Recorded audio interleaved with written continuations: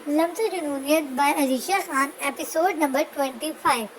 وہ فل اسپیڈ میں بائک اڑاتا ہوا ہاسپٹل پہنچا۔ ریسیپشن میں سے انفارمیشن لے کر جیسے ہی وہ اندر آیا، تعبیر بھاگتی ہوئی آ کر اس کے گلے لگی۔ وہ مسلسل روئے جا رہی تھی، جبکہ دوسری طرف شاویز کی بھی آنکھوں سے جاری ہونے لگے تھے آنسو۔ آپی جان کچھ تو بتائیں، اچانک ہوا کیا ہے بابا جان کو؟ شاویز کی بات پر اس نے بمشکل اپنی سسکیاں روکی اور آنسوؤں کو صاف کرنے لگی۔ میں جب کمرے سے باہر آئی تو بابا اس حالت میں ملے تھے۔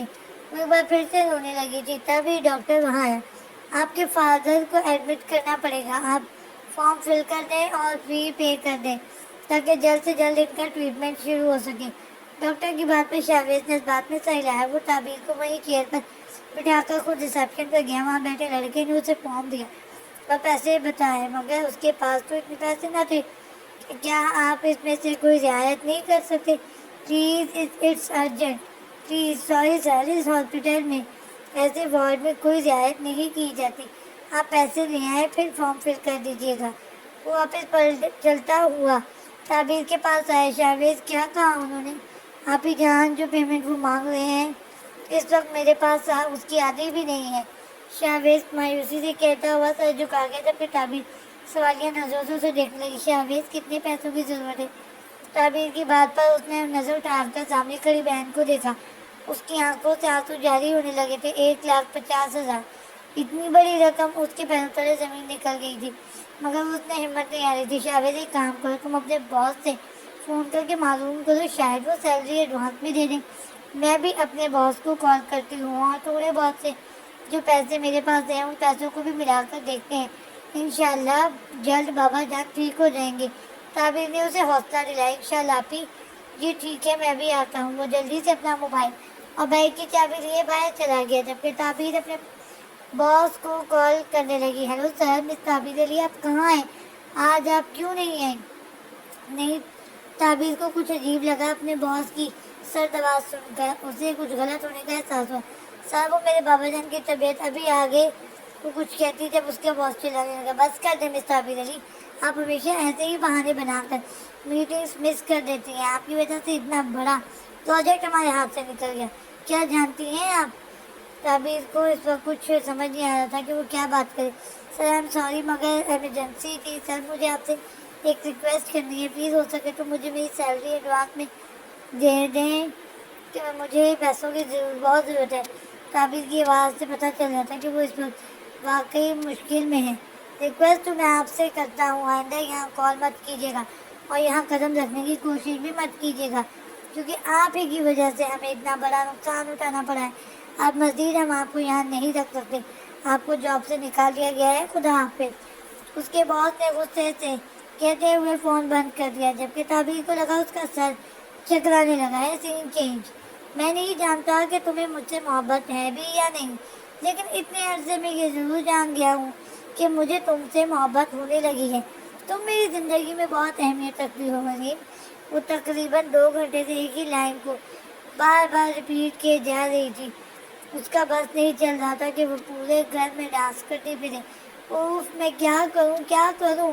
مجھے تو یقین ہی نہیں آ رہا جو بات میں نے دل میں رکھی تھی وہ شاویز نے آج خود مجھے کہہ دی۔ لکھ کر دے دی۔ وہ جو خوشی سے جھومے جا رہی تھی اچانک سے کچھ یاد آنے پر رکی۔ شاویز نے اپنا نمبر لکھا ہوا تھا۔ وہ اسٹیٹ کے بیک سائڈ پر دیکھنے لگی جہاں شاویز کا نمبر لکھا ہوا تھا، اور آگے لکھا ہوا تھا تمہارے جواب کا منتظر رہوں گا۔ کیا کروں اسے کال؟ وہ شیشے میں خود کو دیکھتے ہوئے کہنے لگی، اوف نہیں، اگر میں نے اسے کال کر دی تو میں اس سے کہوں گی کیا؟ کچھ یاد آنے پر وہ پھر سے شرمانے لگی۔ میں اس سے کہوں گی شاویز، یہ تم نے کیا کہا ہے؟ میں خود ہی ایکٹنگ کر کے شیشے میں خود ہی کو دیکھنے لگی۔ ارے نہیں، ورنہ وہ عجیب ہی سمجھے گا، مجھے سوچنا پڑے گا۔ ہاں، میں اس سے کہوں گی کہ تمہارے بابا کی طبیعت کیسی ہے؟ خود ہی کہتی ہوئی وہ ہنسنے لگی۔ اگر واقعی اسے ڈائریکٹ لو یو ٹو کہہ دیا تو کہیں وہ مجھے بے شرم نہ سمجھ لی۔ اس نے اپنا سر کھجایا۔ اوف نہیں حریم، اگر تم نے آج اسے یہ جواب نہ دیا تو کہیں کل کو وہ تم سے دور نہ ہو جائے۔ میں اسے سب کچھ بتا دوں گی۔ ہاں، یہ ٹھیک ہے۔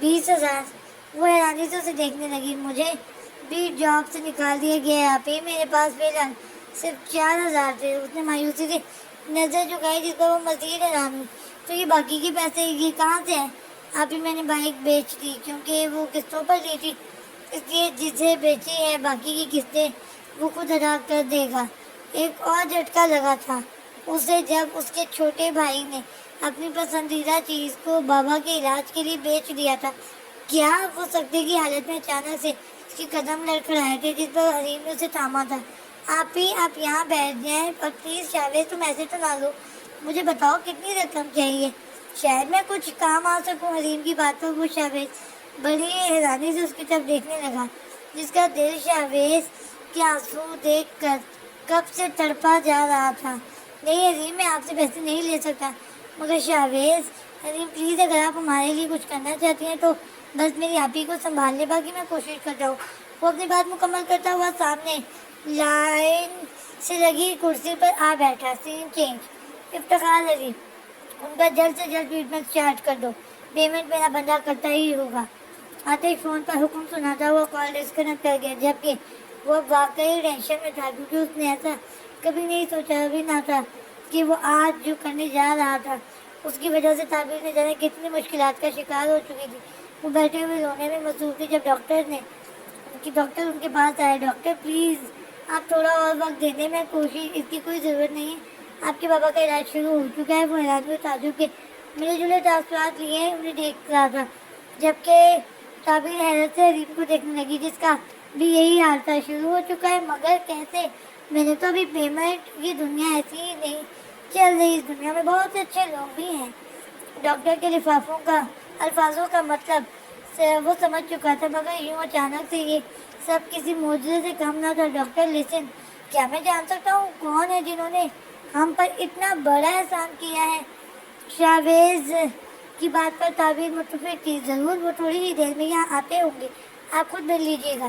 ڈاکٹر انہیں کہتا ہوا واپس اندر چلا گیا, جبکہ شاویز اور تعبیر کی تو خوشی کی کوئی انتہا بھی نہ تھی. Scene change. Sir please autograph, please sir ایک selfie please sir, autograph please. وہ تمام نظروں کو نظر انداز کرتا ہوا اپنے گارڈ کے درمیان میں چلتا ہوا ہاسپٹل کے اندر آ پہنچا. انہیں اندر آنے نہ دینا, یاد ہے مجھے کراؤڈ نہیں پسند. وہ گارڈ کو تنبیہ کرتے ہوئے اپنی مضبوط روبدار شخصیت کے ساتھ چلتا ہوا اندر کی جانب آیا. جب نظر سامنے بیٹھی تعبیر پر گئی, یہ شور کیسا ہے شاویز؟ تعبیر کے سوال پر شاویز نے کندھے اچکائے. جب بہت سے ڈاکٹر سامنے کی طرف جانے لگے, وہ ہیں جنہوں نے آپ کے بابا کا علاج شروع کروایا. ڈاکٹر نے شاویز کے کندھے پر ہاتھ رکھتے ہوئے سامنے کو اشارہ کیا. تعبیر کو اب تجسس ہونے لگا تھا, آخر کون تھا وہ شخص جس کے لیے آس پاس تمام لوگ موجود تھے, جس وجہ سے وہ بالکل دکھائی نہیں دے رہا تھا. کون ہے آخر؟ وہ حریم بھی غور سے دیکھنے لگی. یہ اکثر یہاں آتے رہتے ہیں کیونکہ ہمارے یہاں بہت سارے بچے ان کا بے صبری سے انتظار کرتے ہیں. ڈاکٹر کی بات پر شاویز سمیت تعبیر اور حریم بہت حیرانی سے انہیں دیکھنے لگے. بچے؟ جی ہاں, ہمارے یہاں جتنے بچے بھی معذور بچے ہیں ان سب کا علاج یہی سر کروا رہے ہیں. اس کے علاوہ بھی ان کے بہت احسانات ہیں ہمارے ہاسپٹل پر. اب تعبیر کا بس نہیں چل رہا تھا, وہ کسی بھی طرح اس کی شکل دیکھ لیں. جی ضرور, ایکسکیوز می. وہ سب سے ایکسکیوز کرتا وہ بڑے مجمع سے نکل کر باہر آیا, مگر جب تعبیر کی نظر سامنے سے آتے یونانی پر گئی تو بے یقینی سے نبی میں سر ہلاتے ہوئے اسے آتا دیکھنے لگی. Light grey three piece, branded black shoes, branded watch with glasses, اور وہ اپنے ہیئر اسٹائل کو سنوارتا ہوا اسی کی طرف تو آ رہا تھا. تعبیر بڑی حیرانی سے اسے دیکھ رہی تھی, جبکہ باقی کا بھی یہی حال تھا. ان کے سامنے آ کھڑا ہوا شاویز سے جلدی سے آگے بڑھ کر ہینڈ شیک کیا. السلام علیکم سر. وعلیکم السلام. وہ سلام کا جواب دیتا ہوا تعبیر کی جانب رخ کیے کھڑا ہوا, اپنی پرکشش بلو آئیز پر سے گلاسز ہٹا کر. جب اس نے تعبیر کو دیکھا تو ان کی نظریں ٹکرائی تھی. مسلسل رونے کی وجہ سے اس کا پورا چہرہ, ساتھ چھوٹی سی ناک بھی سرخ دکھائی دے رہی تھی. وہ وائٹ کلر کی چوڑی دار پاجامہ فراک میں کوئی افسرہ سی لگ رہی تھی.